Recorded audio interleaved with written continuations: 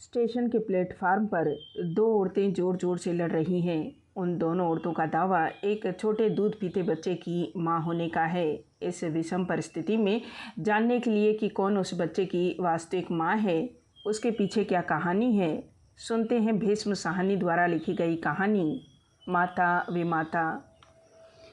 15 download गाड़ी के छूटने में 2-1 मिनट की देर थी। हरी बत्ती दी जा चुकी थी और सिग्नल डाउनलोड हो चुका था। मुसाफिर अपने अपने डिब्बों में जाकर बैठ चुके थे जब सहसा दो फटेहाल औरतों में हाथापाई होने लगी। एक औरत दूसरी की गोद में से बच्चा छीनने की कोशिश करने लगी और बच्चे वाली औरत एक हाथ से बच्चे को छाती से चिपकाए दूसरे से उस औरत के साथ जूझती हुई गाड़ी में चढ़ जाने की कोशिश करने लगी। छोड़, तुझे मौत खाए, छोड़, गाड़ी छूट रही है, नहीं दूंगी, मर जाऊंगी तो भी नहीं दूंगी, दूसरी ने बच्चे के लिए फिर से झपटते हुए कहा। कुछ देर पहले दोनों औरतें आपस में खड़ी बातें कर रही थी, अभी दोनों छीना झपटी करने लगी थी। आसपास के लोग देखकर हैरान हुए। तमाशबीन इकट्ठे होने लगे। प्लेटफार्म का बावर्दी हवलदार जो नल पर पानी पीने के लिए जा रहा था, झगड़ा देखकर छड़ी हिलाता हुआ आगे बढ़ाया। क्या बात है, क्या हल्ला मचा रही हो, उसने दबदबे के साथ कहा।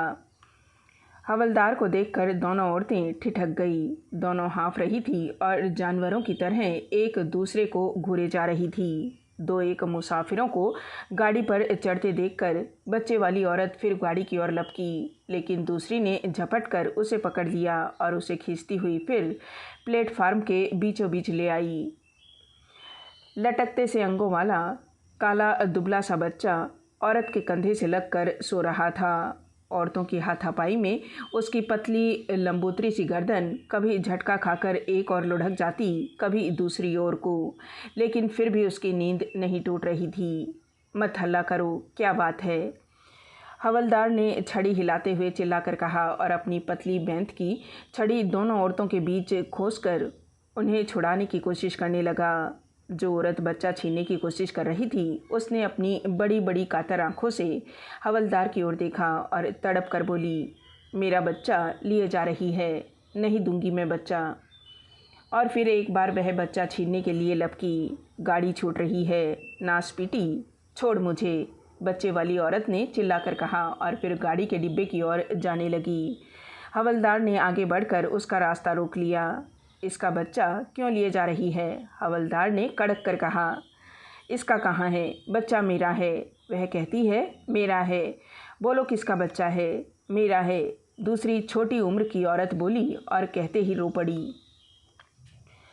रूखे अस्त व्यस्त बालों के बीच उसका चेहरा तमतमा रहा था, लेकिन आंखों में अब भी डर समाया हुआ था। बदहवास और व्याकुल वह फिर बच्चे की ओर बढ़ी। हवलदार जल्दी से जल्दी झगड़ा निपटाना चाहता था।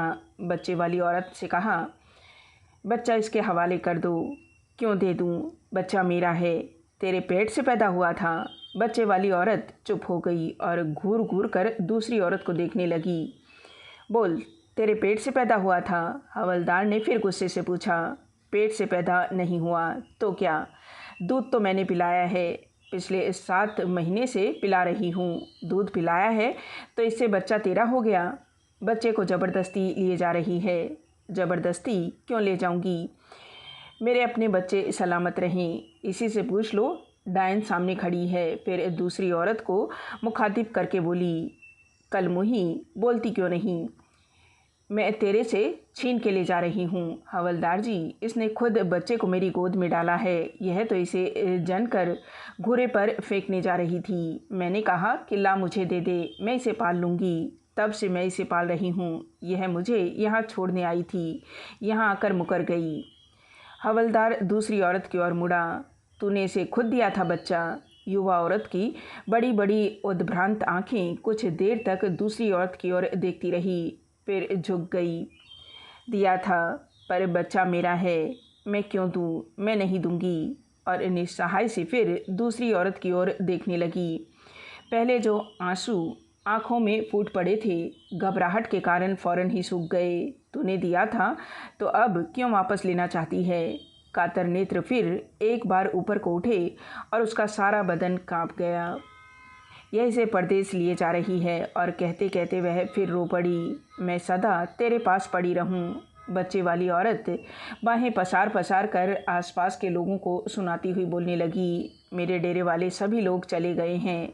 यह मुझे छोड़ती नहीं थी। कहती थी 10 दिन और रुक जा, फिर चली जाना। 5 दिन और रुक जा, चली जाना। करते करते महीना हो गया। मैं यहाँ कैसे पड़ी रहूँ। आज गाड़ी चलने लगी तो कलमों ही मुकर गई है। यह तेरे रिश्ते की है? हवलदार ने पूछा। रिश्ते की क्यों होगी जी? यह काठियावाड़ की है। हम बंजारे हैं। तो गाड़ी में कहाँ जा रही है? फिरोजपुर जी। वहाँ क्या है? हम बंजारे हैं हवलदार जी। पहले हमारे लोगों ने यहाँ ज़मीन ली थी। पूरे 2 साल हलवाही की है। अब हमें फिरोजपुर में ज़मीन मिली है। हमारे सभी लोग चले गए हैं, पर यह मुझे छोड़ती नहीं थी। हवलदार द्विधा में पड़ गया। एक ने जनकर फेंक दिया, दूसरी ने दूध पिलाकर बड़ा किया। बच्चा किसका हुआ? तेरा घर घाट कोई नहीं है जो अपना बच्चा इसे दे दिया। तू रहती कहाँ है? हवलदार ने बच्चे की माँ से पूछा। यह कहाँ रहेगी जी? पुल के पास फूस के झोपड़े हैं, यह वहीं पर रहती है। हम भी वहीं पर रहते थे। यह मेरी पड़ोसिन है जी, मजदूरी करती है। इसकी तो नाल भी मैंने काटी थी। बच्चे की माँ उद्भ्रांत सी अपने बच्चे की ओर देखे जा रही थी। लगता जैसे वह कुछ भी सुन नहीं रही है। इसका घरवाला कहाँ है? इसका घरवाला कोई नहीं जी। यह तो मर्दों के पीछे भागती फिरती है। कोई इसे बसाता नहीं। इसका घर बार होता तो यह बच्चे को जानकर फेंकने क्यों जाती। इतने में गार्ड ने सीटी दी। भीड़ में से छटकर लोग अपने अपने डिब्बों की ओर जाने लगे। बंजारन भी डिब्बे की ओर घूमी। बच्चे की माँ ने आगे बढ़कर उसके पांव पकड़ लिए। मत जा, मत ले जा मेरे बच्चे को, मत ले जा। कुछ एक लोगों को तरस आया। हवलदार ने दृढ़ता से आगे बढ़कर बंजारन से कहा, बच्चा वापस दे दे। अगर माँ बच्चे को नहीं देना चाहती तो तू उसे नहीं ले जा सकती। हवलदार की आवाज़ में दृढ़ता थी। बंजारन को इस निर्णय की आशा नहीं थी। वह झटपटा गई। मैं क्यों दे दूँ जी?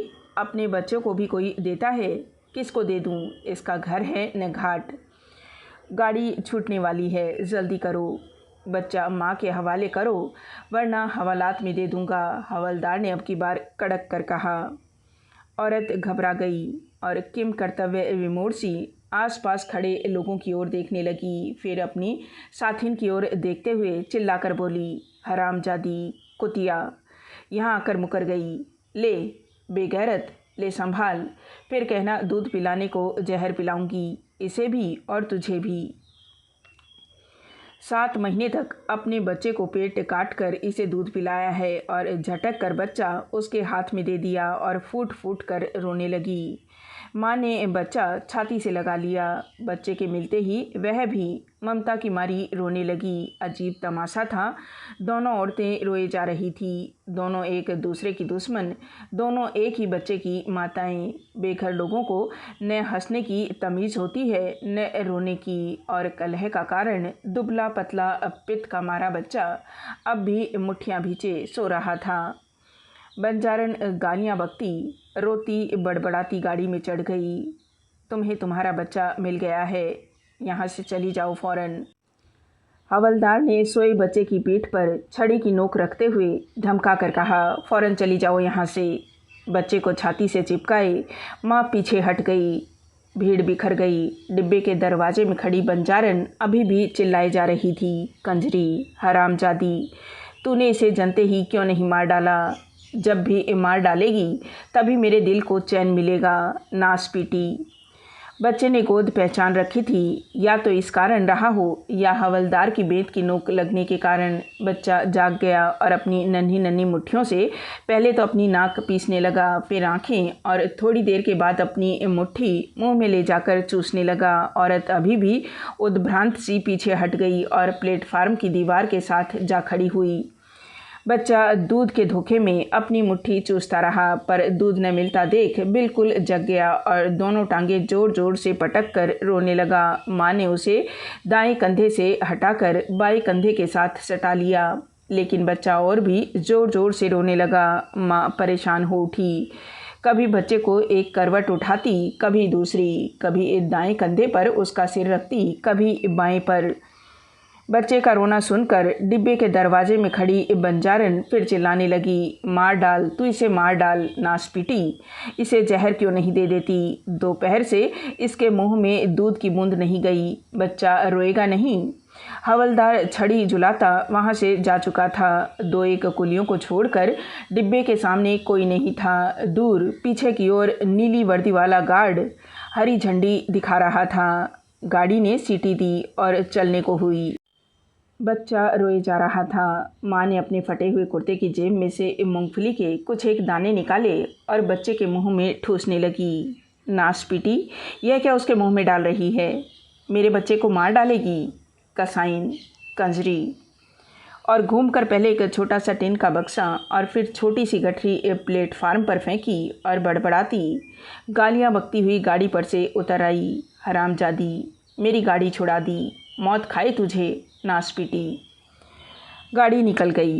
एक एक करके कुली स्टेशन के बाहर चले गए। प्लेटफार्म पर मौन छा गया।